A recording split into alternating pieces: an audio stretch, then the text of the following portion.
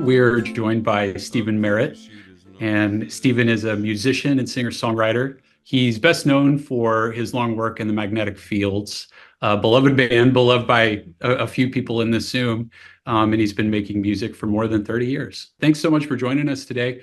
So specifically, we're talking about a hearing disorder that you have called hyperacusis. So I was wondering if you could Yeah. describe that and its symptoms for us.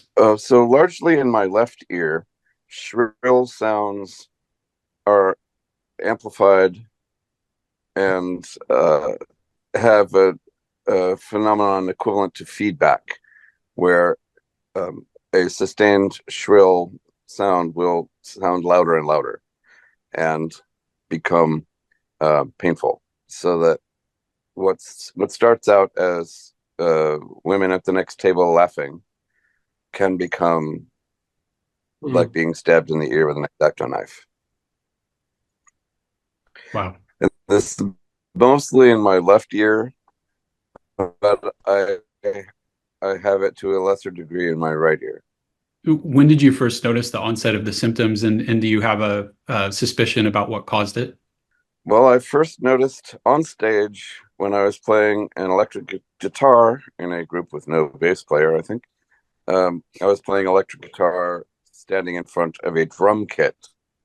And every time the drummer hit the cymbals, my ear went crazy and I couldn't distinguish between any individual sounds.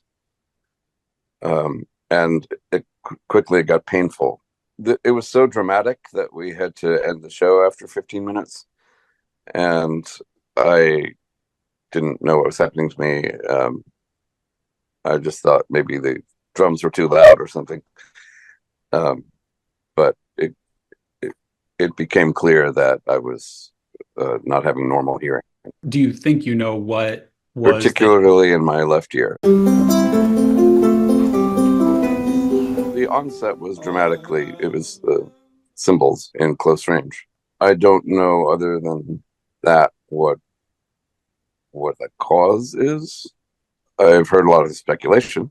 In terms of this condition, after that show, how has this disorder and its symptoms affected your artistic life, specifically the live music you play? I can no longer play anywhere near a drum kit.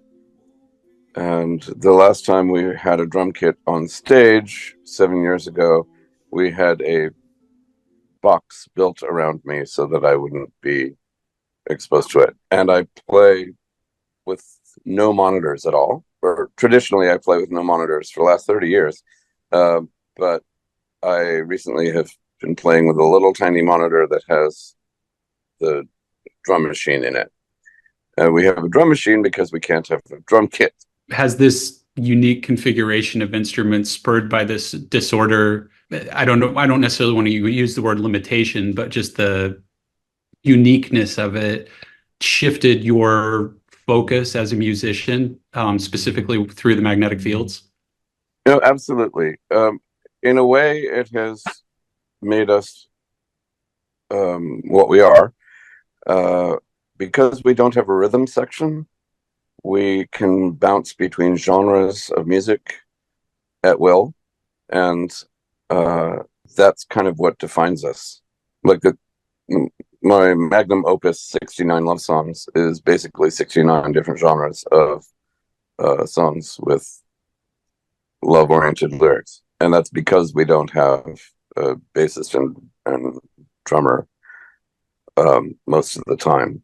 We don't have a member who plays the drums. We have various sources of percussion that we come up with ad hoc, but not a full-time drummer, which is kind of great, actually.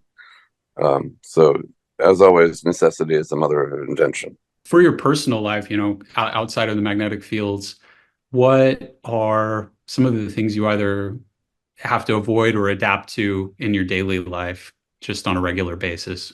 Right. I wear earplugs whenever I go anywhere with music playing,